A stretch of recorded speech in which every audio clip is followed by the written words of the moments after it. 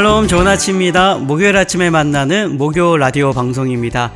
저는 DJ로 섬기고 있는 박후일 전도사입니다. 여러분 안녕하세요. 여러분 오늘 하루는 어떻게 시작하셨나요? 저는 오늘 수요일, 이 방송을 들으시는 분은 목요일 아침이겠네요. 항상 방송이 하루 전날 녹화가 돼서요. 저는 현재 수요일입니다.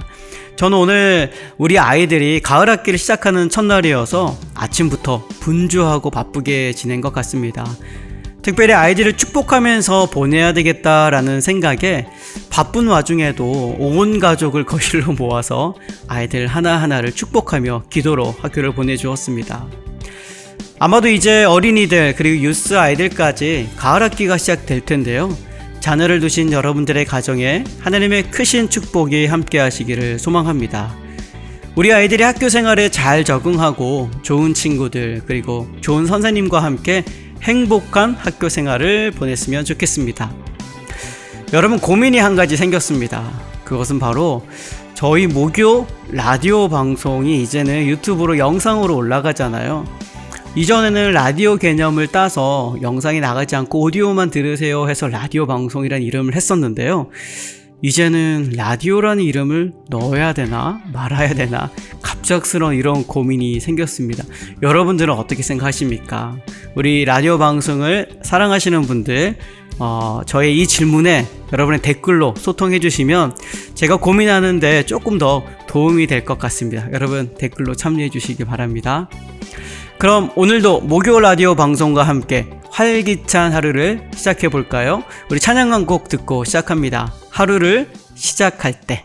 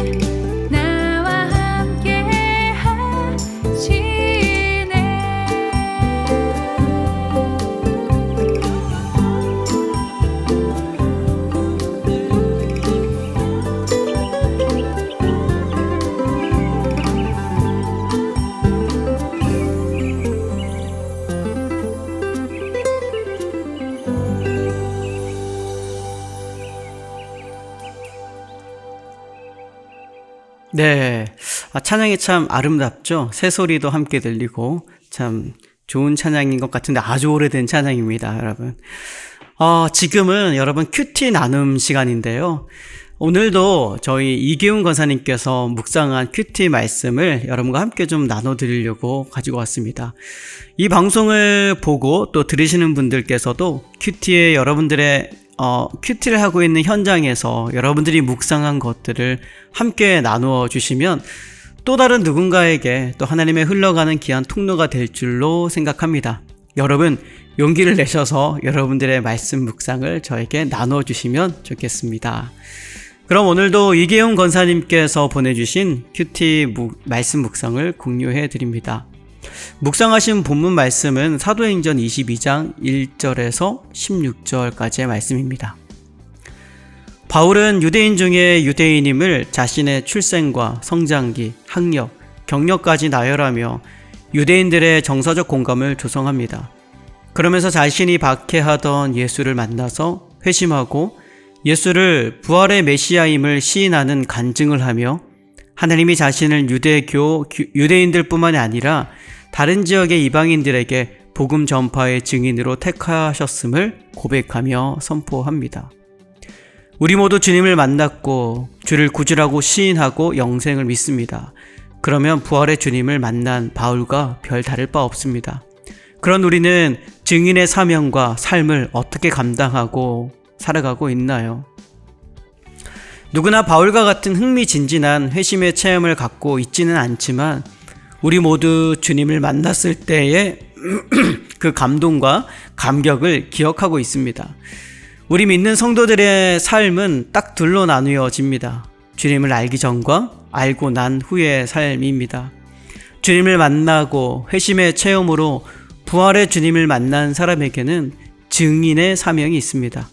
그 사랑과 은혜를 땅끝까지 전하는 복음 전파의 사역이 바로 사명입니다. 그래서 우리 모두는 주님의 증거자로서 복음의 체험과 연수를 자랑하기보다는 우리의 보여지는 삶을 통해서 그들을 주님 앞으로 인도해야 하지 않을까요? 아멘.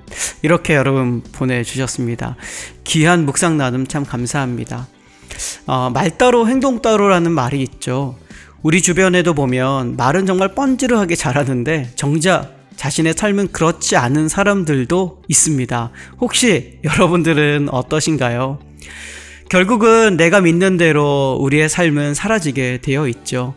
우리가 신앙인으로서 이것을 꼭 기억하고 내가 듣고 내가 알고 있고 내가 믿고 있는 그 신앙이 나의 삶 속에서도 동일하게 나타나는, 그렇게 실제로 살아가는 귀한 은혜가 여러분들에게 있기를 소망합니다. 이 시간에는 함께 찬양을 좀 불렀으면 좋겠는데요. 여러분 행복이라는 찬양 아시죠? 행복이라는 찬양을 우리 함께 여러분 계신 곳에서 저와 함께 부르면서 우리의 고백을 함께 올렸으면 좋겠습니다.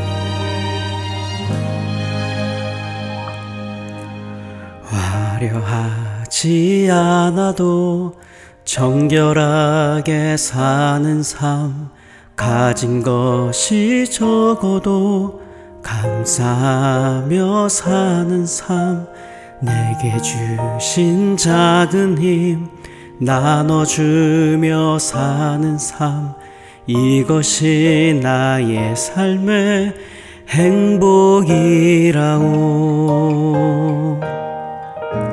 눈물 날 일 많지만 기도할 수 있는 것, 억울한 일 많으나 주를 위해 참는 것, 비록 짧은 작은 삶 주 뜻대로 사는 것, 이것이 나의 삶의 행복이라고.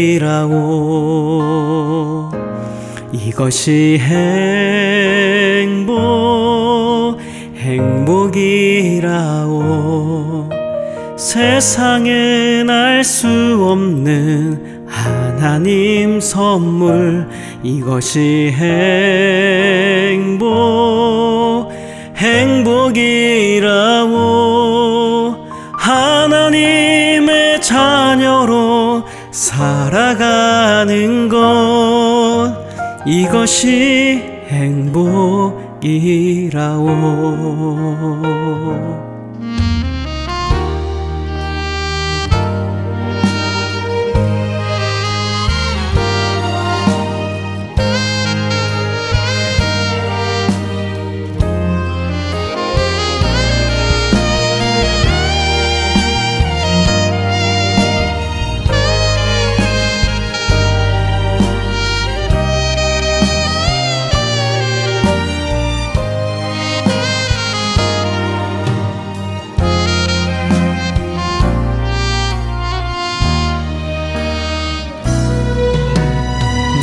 날 일 많지만 기도할 수 있는 것, 억울한 일 많으나 주를 위해 참는 것, 비록 짧은 작은 삶 주 뜻대로 사는 것, 이것이 나의 삶의 행복이라오.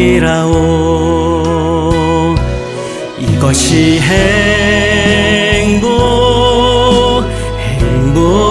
행복이라오. 세상엔 알 수 없는 하나님 선물, 이것이 행복이라오.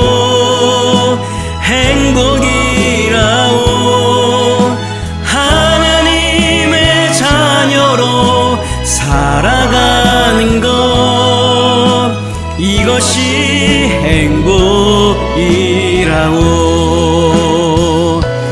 이것이 행복이라오. 세상엔 알 수 없는 하나님 선물, 이것이 행복이라오.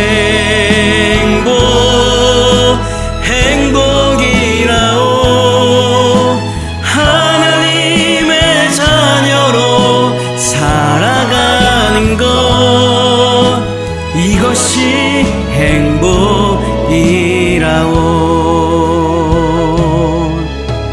이것이 행복이라오.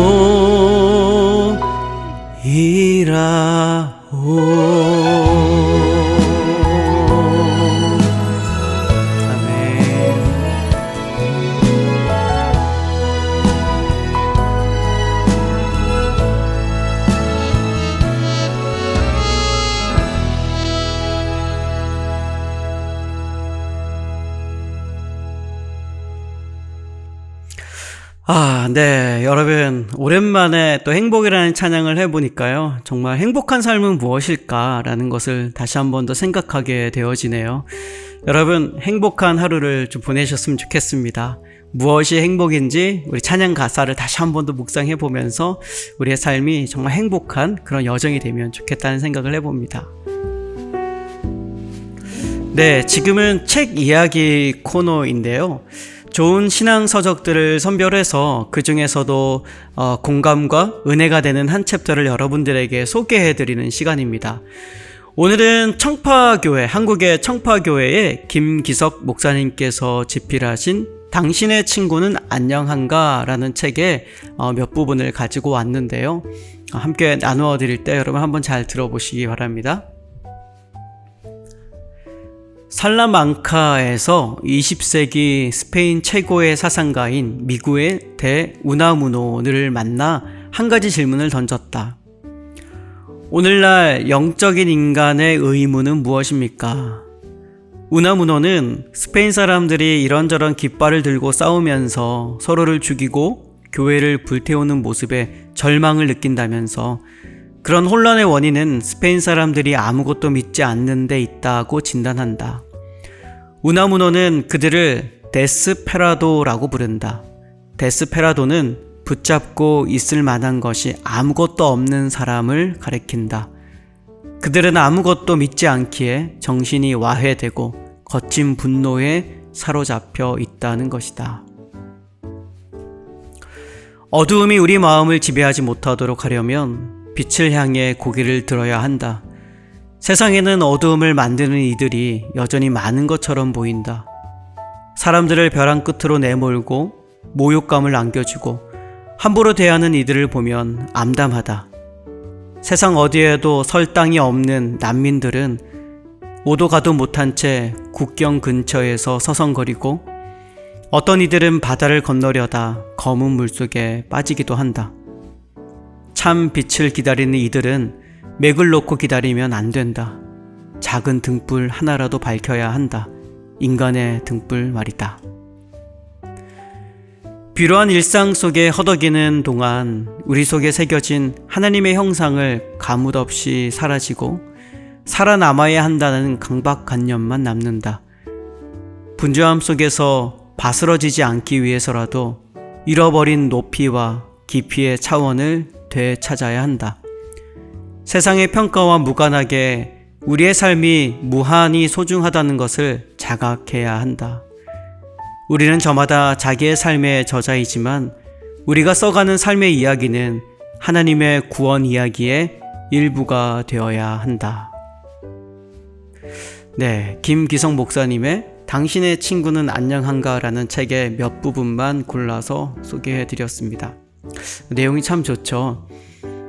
그 앞부분의 내용 중에 붙잡고 있을 만한 것이 아무것도 없는 사람이라는 것이 참 마음에 딱 와닿는데요. 붙잡고 있을 만한 것이 아무것도 없는 사람. 여러분들은 어떻습니까? 혹시 이 방송을 보시는 분들 중에서도 내가 정말 붙잡고 있을 것이 아무것도 없는, 그러니까 지푸라기라도 붙잡아야 되는데 주어진 삶의 현장에서 그것조차 허락되지 않는 그런 시간을 보내고 있는 분들이 있을 거라고 저는 생각을 합니다. 우리는 어디서 인생의 해답을 찾아야 할까요? 이런 우리들의 질문들 속에 하나님은 성경을 통해 그리고 수많은 믿음의 사람들을 통해서 우리에게 이렇게 말씀해 주십니다.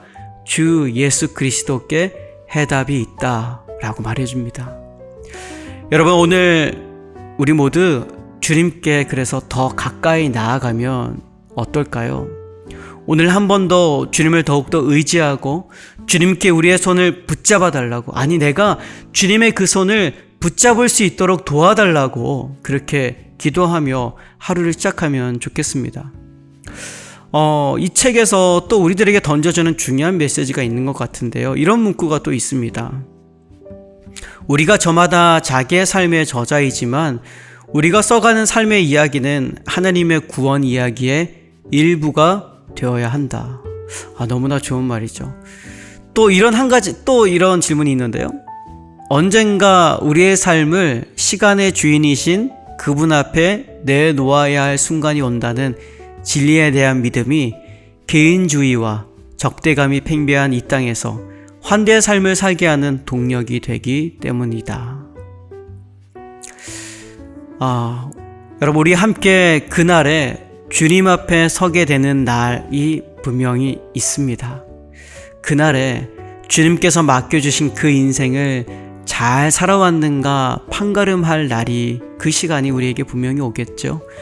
그때 주님이 주신 인생에서 나는 하나님의 구원 이야기를 마음껏 내 삶에 펼치며 살아왔습니다 라고 주님께 그렇게 고백할 날이 오면 좋겠습니다.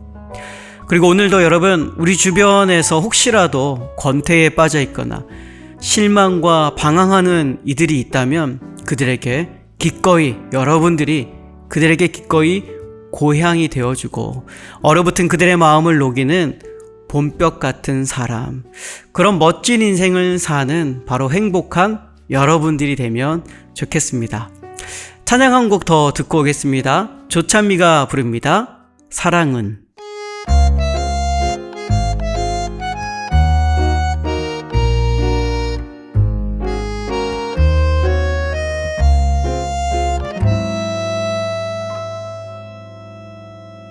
사랑은 믿는 것, 믿음을 주는 것. 사랑은 믿는 것, 믿음을 주는 것. 사랑은 손 내미는 것, 손잡아주는 것. 사랑은 손 내미는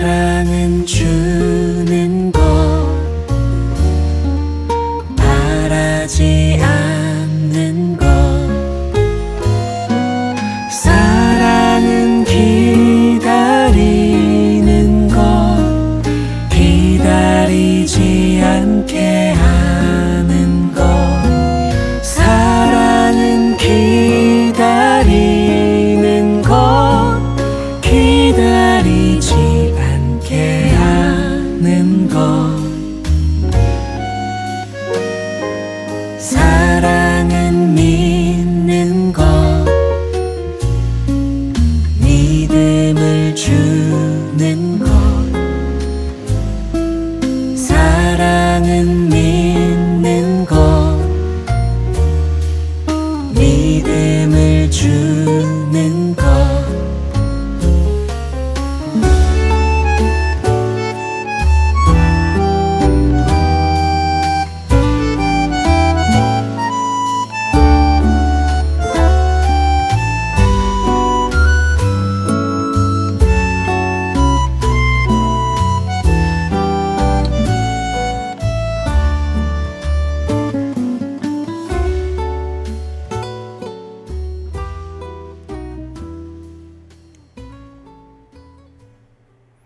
네, 조찬미가 부르는 사랑은 이라는 찬양 듣고 왔습니다. 실제로 곡은 염평한 씨가 작사, 작곡을 했고요. 조찬미 씨가 노래를 불렀네요. 사랑은 여러분 무엇이라고 생각합니까? 사랑은 믿는 것, 주는 것, 바라지 않는 것이라고 이야기하는데요. 그러한 실질적인 사랑의 삶을 오늘 여러분들의 삶 가운데서 펼쳐나갔으면 좋겠습니다. 지금은 삶의 이야기 시간인데요. 보통 성도님들께서 보내주시는 삶의 현장 가운데 일어나는 여러 가지 에피소드들, 또 여러분들 고민들, 또 간증, 다양한 이야기들을 이 시간에 소개해드리는 시간입니다. 다행히도, 불행히도 아무런 내용이 저에게 전달되지 않아서요. 오늘은 잠시 저의 이야기를 좀 나눠볼까 합니다. 여러분 모두 마찬가지겠지만 저의 삶도 굴곡이 많아서 어떤 부분을 나눠드리면 좋을까라는 생각을 좀 해보았는데요.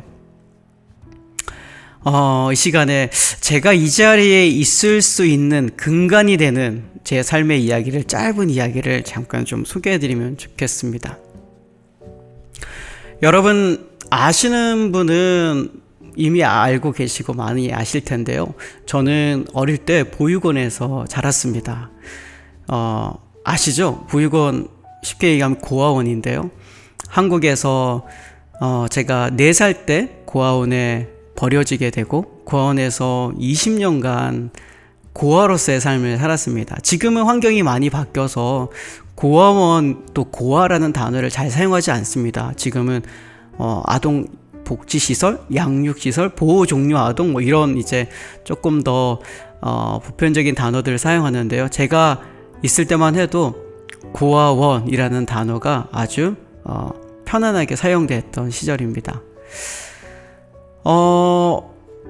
제 친부모님이 아니라 저의 양부모님의 손에 이끌려서 제가 4살 때, 여러분 4살 때 터미널에서 벌어졌던 기억이 저에게 너무나 생생하거든요.